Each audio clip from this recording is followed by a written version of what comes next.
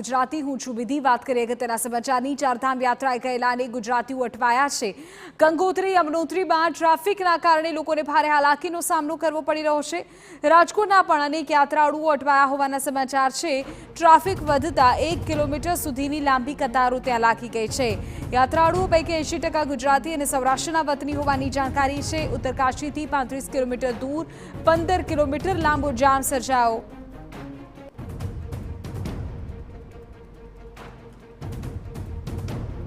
સવારે 4 વાગ્યાથી traffic jam થયો રસ્તામાં જમવાની કે બાથરૂમની કોઈ જ વ્યવસ્થા નથી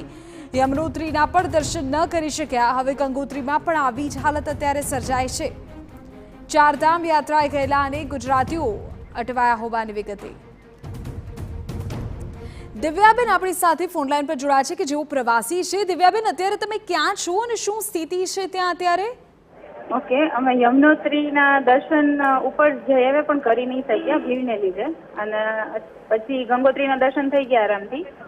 હવે ટ્રાફિક થયો છે ત્યાં અને અત્યારે અમે લોકો ઉત્તરકાશીથી કેદાર જઈ રહ્યા છીએ જેમાં કોઈ ટ્રાફિક નથી બધું નોર્મલ ચાલે છે ઓકે તો ક્યાં વિસ્તારમાં અત્યારે ક્યાં ટ્રાફિક છે ગંગોત્રી સાઈડ રોકેલો છે થોડો એ તો ક્લિયર થઈ જશે એવું લાગે છે હવે બધું કંટ્રોલમાં આવતું એવું લાગે છે ખબર નહીં પછી અચ્છા કેટલા સમયથી ત્યાં ટ્રાફિક હોવાની તમને ખબર છે અને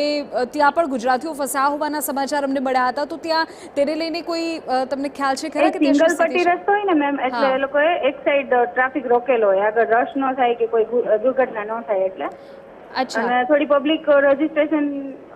ઓવર થઈ ગયું ને વધારે ક્રાઉડ થઈ ગયું એટલે આ થોડું ટેમ્પરરી પૂરતું લાગે છે અમને ઓવરઓલ ટ્રીપમાં એટલો કોઈ વાંધો છે નહીં સારું ચાલે છે બધું ઓકે જ્યાં જામ થયો છે ત્યાં લોકોને જમવાની ને બધી વ્યવસ્થાઓ અત્યારે છે ખરા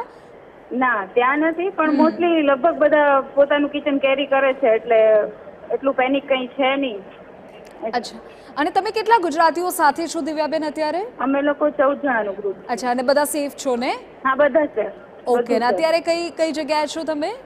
અમે લોકો ઉત્તરકાશીથી કેદાર જઈ રહ્યા છીએ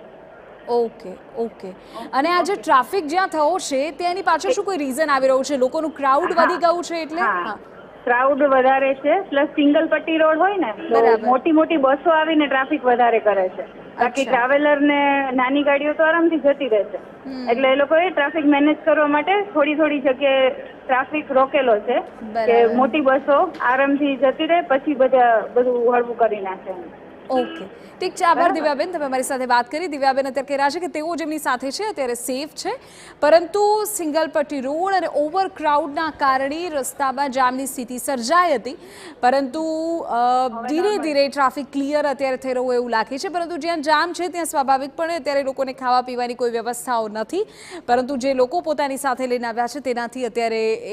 એમનો દિવસ અત્યારે પસાર થઈ રહ્યો છે ઉલ્લેખનીય છે કે યમનોત્રી ગંગોત્રી આ તમામ વિસ્તારોમાં લોકોની ભારે ભીડ અને મોટા વાહનો ત્યાંથી આવતા વધુ ભીડ સર્જાય હોવાનું પ્રવાસીઓ પણ અત્યારે કહી રહ્યા છે